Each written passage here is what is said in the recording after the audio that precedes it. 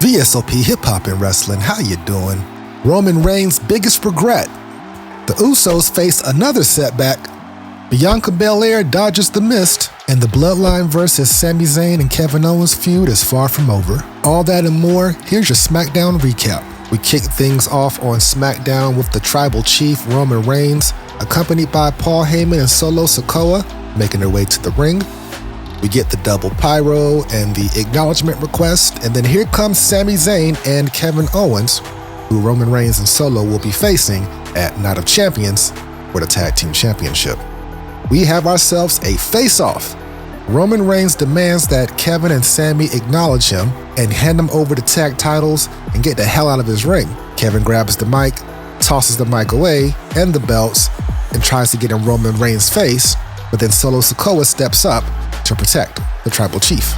Roman expresses his regret for wasting his life on Sami Zayn, and Sami Zayn says he regrets not attacking Roman Reigns with a chair earlier. Sami tells Roman that he is straight up greedy and he will not take those tag team championships from them. He says Roman and Solo are not as good as they are not even as good as the Usos. And Roman didn't like that. So out of nowhere, here comes Jimmy and Jey Uso with the sneak attack on Kevin and Sami.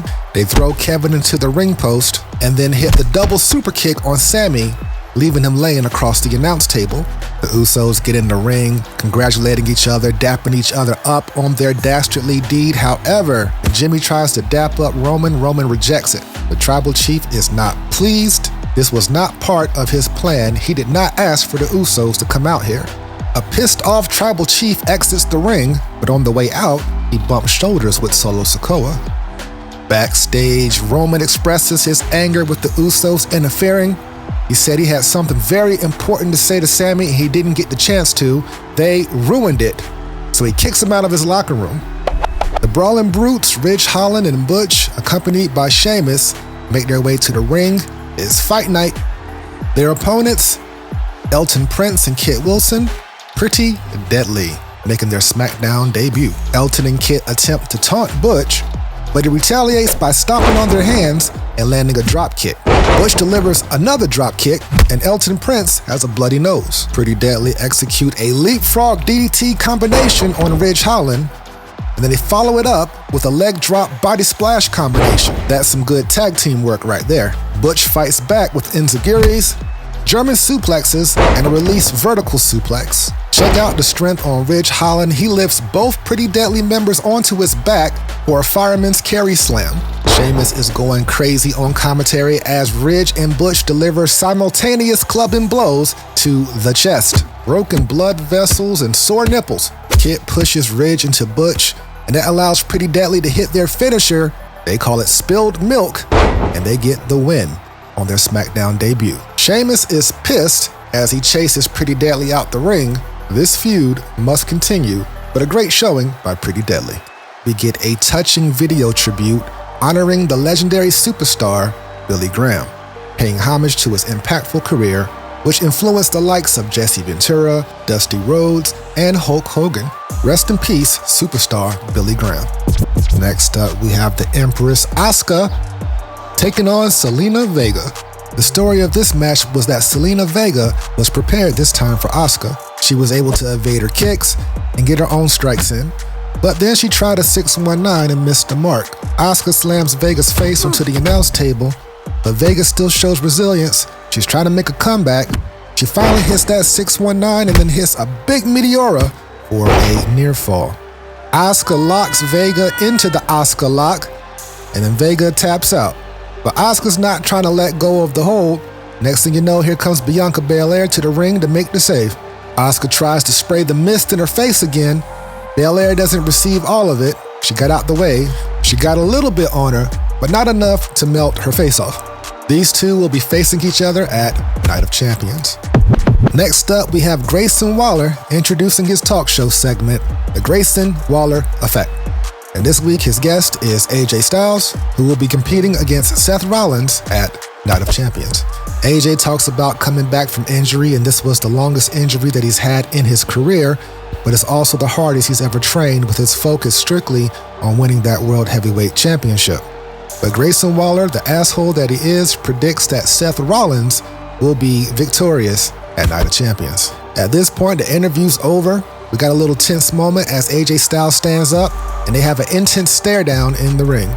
Backstage, the LWO preparing for their upcoming match against the Usos later tonight. Next up, we have the Street Profits coming to the ring for some tag team action. Their opponent, LA Knight. Knight declares that he can beat the Street Profits with any partner. So tonight he chooses Rick Boogs as his partner. Rick Boogs is ridiculously strong as he military presses Montez Ford in the air for reps, 10 to be exact. Angelo Dawkins tags in, much bigger than Montez, but Rick Boogs picks up Dawkins and curls him for reps. Dawkins gets tossed. Impressive. LA Knight tags in, and together they hit a hard double shoulder tackle. Knight gets a power slam on Dawkins. Elbow strike. Montez tags in, gets on the top rope, hits a double crossbody. Montez Mania running wild. Step up enziguri combo. LA Knight's on the apron. Boogs and Knight crash to the floor. Then Montez Ford with the dive to the outside. Back in the ring, Dawkins hits his spine buster and Montez hits the frog splash, hitting the 1, 2, 3. Your winners, the Street Profits. Looks like LA Knight's gonna look for a new partner as he turns on Boogs and lays him out. Backstage, we got Cameron Grimes, who last week beat Baron Corbin in 3 seconds. Talks about his ambition going all the way to the top, or as he puts it, all the way to the moon. Karrion Kross, always exploring his options, chooses AJ Styles for a match next week. Next up, we have the NXT Women's Tag Team Champions, Alba Fyre and Isla Dawn, making their Smackdown debut. And what an impressive debut it was. They came out the gate crazy aggressive. Fyre hits a hard knee strike and a super kick.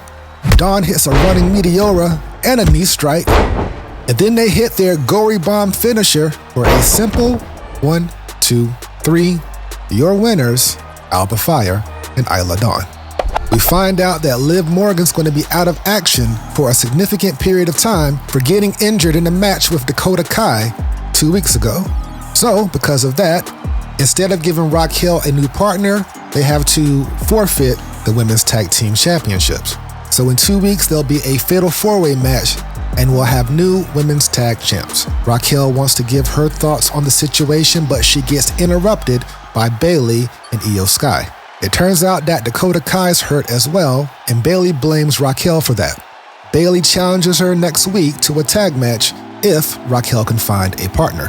Next up, we have Austin Theory in the ring with the microphone, venting his frustration about not receiving the respect that he thinks he deserves, despite the fact that he's beat several legends. He was upset about being double-teamed by Sheamus and Bobby Lashley last week. Theory said that it seems like Lashley follows him everywhere he goes. Then he starts to compare himself to Sheamus, points out that him and Sheamus both beat John Cena, but that Austin Theory did it at this previous WrestleMania, while Sheamus did it like 12 years ago. So, out comes Sheamus to confront Austin Theory. But actions speak louder than words, and Sheamus hits a big bro kick on Theory. Then he just leaves. Backstage, Paul Heyman informs the Usos that Roman Reigns has forgiven them, but he's not going to be ringside for their match tonight. Time for the main event, the LWO, Rey Mysterio and Santos Escobar against the Usos. The Usos begin by ganging up on Mysterio, beating him down in the corner, throwing him chest first into the turnbuckle. Escobar hits an enziguri, while Reigns, Solo, and Heyman watch the match from backstage. The Usos beat down on Escobar. Escobar's unable to get the tag. He tries to fight back to get to Rey, but is still unsuccessful. Jay with the cheap shot on Mysterio. The beatdown continues. Jimmy hits the ass attack in the corner. Escobar with the knee strike finally tags in Mysterio. Rey's going cuckoo dumb, hitting the leg scissors, top rope senton, and a soaring crossbody splash. Only getting the 2 count though. Mysterio hits the code red. Jimmy Uso kicks Rey in the back of the neck, and Jay hits a neck breaker for a 2 count. Escobar tags in. The Usos are on the outside. Escobar with the dive. Running knee in the corner. Frankensteiner from the top rope, Escobar only gets a 2 count. Ray tags back in, leg drop on Jimmy Uso, but Jay breaks up the pin. Ray's going for the 619, but eats a super kick from Jimmy. Jay on the top rope, hitting the Uso splash, but Mysterio kicks out at 2.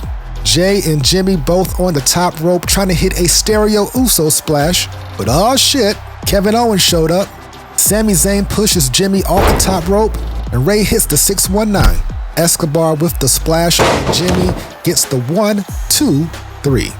Your winners, the LWO. And back in the locker room, Roman Reigns, visibly upset, Solo Sikoa waiting on instructions, but Roman orders Solo to chill out and not intervene. The storyline keeps getting more and more interesting with the same characters. So that was a pretty good episode of Smackdown. I hope you enjoyed this Smackdown recap, and if so, you know what to do. Like, subscribe, share. I appreciate you. VSOP out.